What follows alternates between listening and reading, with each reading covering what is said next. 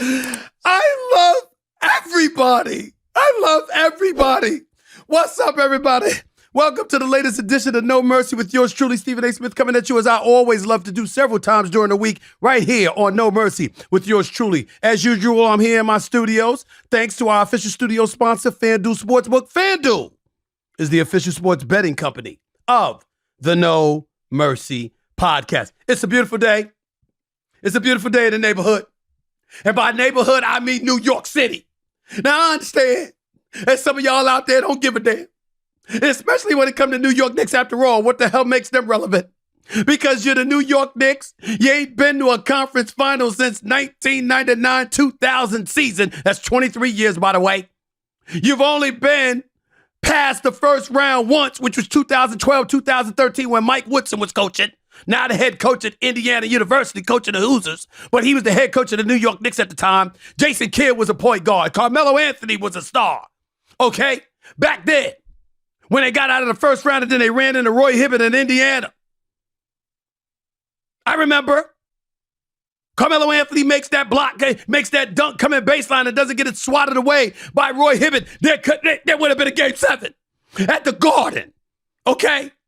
But let me tell you something right now. As a native New Yorker, born in the Bronx, raised in Hollis, Queens, New York City, these moments like what took place this Sunday afternoon at Madison Square Garden, packed house, orange and blue skies, baby, orange and blue skies, with the world descending upon the New York Knicks in Madison Square Garden. It was raining. The skies were gray. I mean, everything looked gloomy right up until tip-off time. And right when tip-off time was arriving, as people were rushing into Madison Square Garden to see the New York Knicks versus the Cleveland Cavaliers for Game 4 of this Eastern Conference Finals first-round series, Donovan Mitchell, Darius Garland, and the crew, when they were going up against these dudes, right before tip-off time started, the sun came out. The clouds dispersed. And it was sunshine. That's what it was. That's the first indication. God was on our side. That's what happened. You understand what I'm saying? He parted the clouds and he let the sun come shining. And the sun shined right down upon Madison Square Garden. And despite a pathetic, putrid performance from Julius Randle that got him benched in the fourth quarter, it didn't matter. Despite Emmanuel quickly struggling with his shot, it didn't matter. Despite Darius Garland going berserk in the second half, it didn't matter. Because the New York Knicks found a way, courtesy of Jalen Brunson, 29.6 rebounds, 6 assists, 50% shooting from the field. R.J. Barrett, who was so pathetic in the first 2 games, I was wondering whether or not he should even be benched. He showed up in Game 3 and balled out, had 21 points in the first 2 games combined in Games 1 and 2, had 19 in Game 3, dropped 26 today on Sunday afternoon, rather. 26 points and 50% shooting. Mitchell Robinson was a formidable foe on the front line. Mobley and Josh Allen, there was but so much that they could do. Obi Toppin made contributions. Josh Hart made contributions and had a good game, and he was pestering Donovan Mitchell, the great Donovan Mitchell, all afternoon long. And that Donovan Mitchell shot 1 of 9 in the second half. That Donovan Mitchell only finished with 2 points in the second half, 11 points for the game. And the New York Knicks won, and they are up 3-1 in this best of 7 first-round Eastern Conference Finals, Eastern Conference first-round series. And as a result, they are one way from advancing beyond the first round for the first time since 2012-2013 season, and only for the second time since the turn of the century. Since the turn of the century. And let me tell you something right now. If you think for 1 second that is not a reason for me to be happy, you haven't been paying attention. Because, ladies and gentlemen, let me tell you something. When it comes to sports, there is such a thing as misery. I know that we're supposed to have perspective. And I know that at the end of the day, we're supposed to look at it as just a game. But it's not just a game, damn it. It's not just a game. Not when you have suffered. Not when your excitement, your enthusiasm, your expectations, your hopes and your dreams have been deflated one time after another time after another time after another time for the last 50 years. 50. 50. The New York Knicks have not won a championship since 1973. This has caused a level of misery, inferiority complexes, insecurities, skepticism, negativity, and beyond that you couldn't possibly fathom. Somehow, some way, they always fall apart. Now, back in the day, in the 90s, when Michael Jordan was reigning terror over the league, you can look at the New York Knicks situation in a couple of ways. Number one, you can look at them as being highly competitive. Eastern Conference semifinals appearance, like 12 consecutive years. Constantly knocking at the door. Dave Checkett's the president at Madison Square Garden. Pat Riley was a coach. Ernie Grunfeld was an executive. And they gave you this hope that somehow, some way, they were going to dethrone Jordan. They lied so good. They really did, because we really believed it. No matter how much we saw Jordan, no matter how great we knew he was, we just said, you know what? This is our time. We're going to take him this time. We knocked on the door when we had the likes of Xavier McDaniels and others. Okay? And then we had Oakley and Ewing and Starks and all of these boys. And that damn Charles Smith couldn't make a layup, getting a shot blocked 5 times. Somehow, some way. We thought we would find a way, but something always happened. Jordan retires, goes, plays baseball. We take out Chicago in 7 games. Yes, we were helped by the Hugh Hollins bogus call in favor of Hubert Davis against Scottie Pippen with Phil Jackson, bad hips and all, bouncing, jumping up and down the sideline. He couldn't believe how awful the call was. That was true. And then after that, we still won a series of 7 games. We still came back and beat Indiana. And we went to the finals. And it was a game 7. And John Starks shoots 2 for 18. 2 for 18 from the field. 1 for 11 from 3-point range. And the Knicks' hopes went fluttering away. For some reason, against Hakeem Olajuwon, Kenny Smith, and Robert Horry, and all of these brothers, Otis Thorpe and these cats, Pat Riley, who acquired Derek Harper from the Dallas Mavericks during the season, Rolando Blackman, I apologize, him too, the man was a shooting specialist. And Pat Riley left him on the bench and never put him in the game. I mean, you just can't make this up. I can go through, how about Ewing the year after with the finger roll that wasn't? How about that? There has been so many moments of palpable misery. New Yorkers take what we can get. One of the most depressing moments of my sports life was when Kevin Durant decided to listen to Kyrie Irving and go to Brooklyn instead of Madison Square Garden. Because let me tell you something. If Kevin Durant and Kyrie Irving were at Madison Square Garden with that crowd, with that euphoria, with how excited and tantalizing and transfixed the basketball world would have been upon New York City and Madison Square Garden, they wouldn't be in Dallas and Phoenix, respectively, right now. You could not have gone to a more intoxicating environment than would have existed for Kevin Durant and Kyrie Irving had they elected to come to New York City instead of Brooklyn. But they didn't do it. And so here we are. And even with this team, even after Leon Rose messed up and missed out on Donovan Mitchell because he wanted to hold on to Grimes or R.J. Barrett or Emmanuel Quickly, whichever damn player it was, whichever, I don't care right now. We missed out. And I came into these playoffs saying one thing and one thing only. The New York Knicks cannot be sent home by Donovan Mitchell. Despite 47 wins and a top 5 seed in the Eastern Conference, if the New York Knicks lost to Donovan Mitchell's Cleveland Cavs, Donovan Mitchell, who is a New York native, Elmsford, New York, to be exact, 24 miles away from Madison Square Garden to be exact, if that Donovan Mitchell did not end up in a New York Knicks uniform.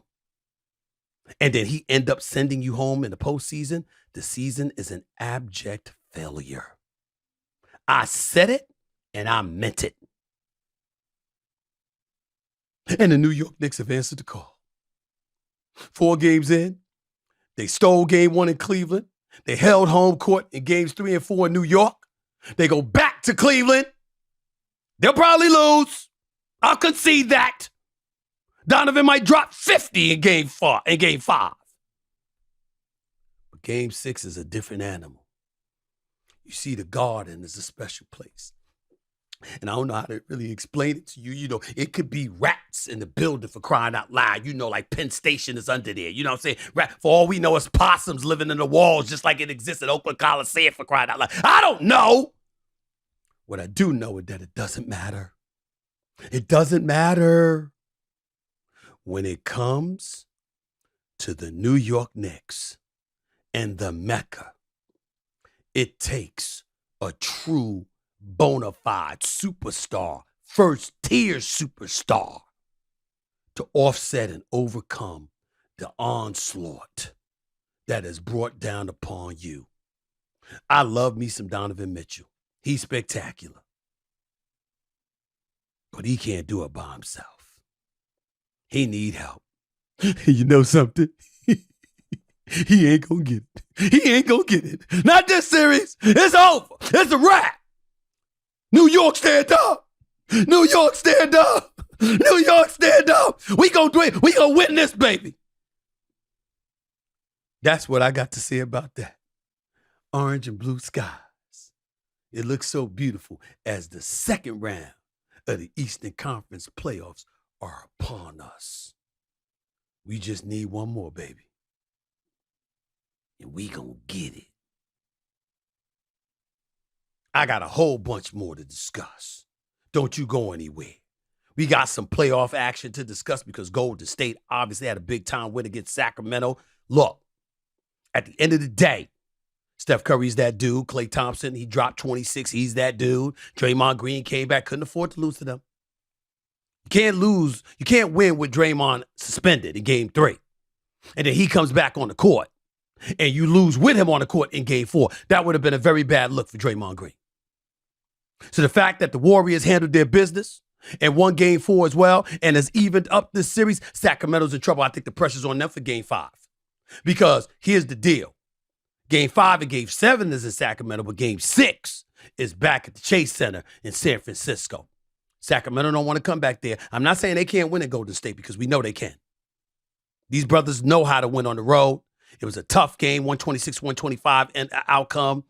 De'Aaron Fox is that dude. He's a bona fide superstar, y'all. Yes, I got an argument that I got over Magic Johnson. I told him to draft that brother.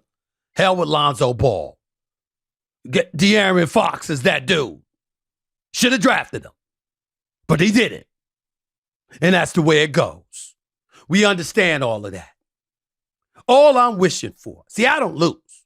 Second round, in all likelihood, is going to be Lakers versus Golden State or Sacramento. That's the because I think they're going to beat Memphis. Ja came back, dropped 45. I get all of that. But the reality is that Memphis is too unpredictable. They ain't trustworthy. You can't come out there in game 3 like that and get blitzed 35-9 in the first quarter like they did Saturday night. Be down 38-9. Before Ja Morant and them had a chance to pass gas, they were down damn near 30. That can't happen. That's not productive. Dillon Brooks gets suspended. Not suspended, I'm sorry, getting ejected. He's not going to be suspended for game 4. I like that decision by the NBA. He didn't need to be suspended. But you, Dillon Brooks, you don't hit somebody in the balls, man. You don't hit a man in there. You know that. That's a crime to hit a man in that area. It is a crime.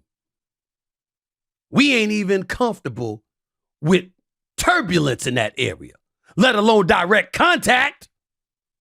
Turbulence in that area is uncomfortable. You might as well be 40,000 feet in the air. When that turbulence hits you in that area, that's not good. Any man knows this. Dillon Brooks knows it too. Had no business hitting LeBron James there. LeBron James the extraordinary actor that he is. Go see Trainwreck if you don't know what I'm talking about, because he did a hell of a job in that movie. LeBron James put on his acting chops. I got that. But he still got hit in the privates, in the family jewels. You don't do that. You don't do that, Dillon Brooks. Shame on you. Don't you have a girl? I mean, what if that LeBron had done that to you? I mean, will you be able to, perform? You can't do that. And obviously I'm saying girl because I assume he's a heterosexual, like I'm a heterosexual, even though we recognize and we must be sensitive to the fact that there's homosexuals, there's transgender people and all of that stuff. But I'm not thinking about that with Dillon Brooks. I'm making an assertion and an assumption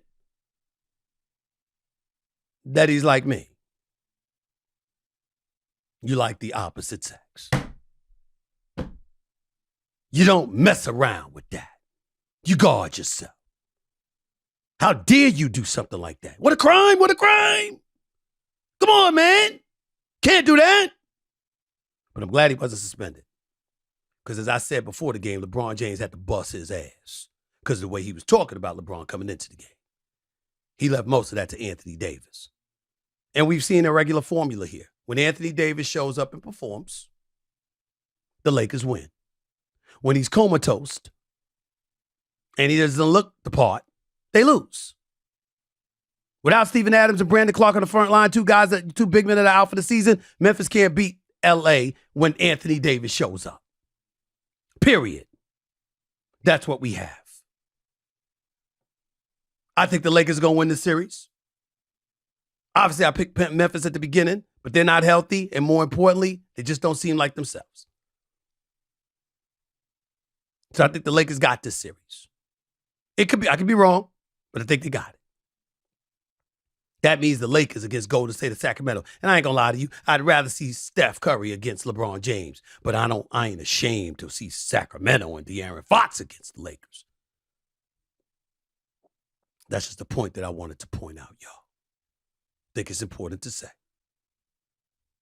I got a lot more coming up next. I got to talk about this fight Saturday night with Ryan Garcia and Gervonta Davis. I got to get a little bit into primetime Deion Sanders.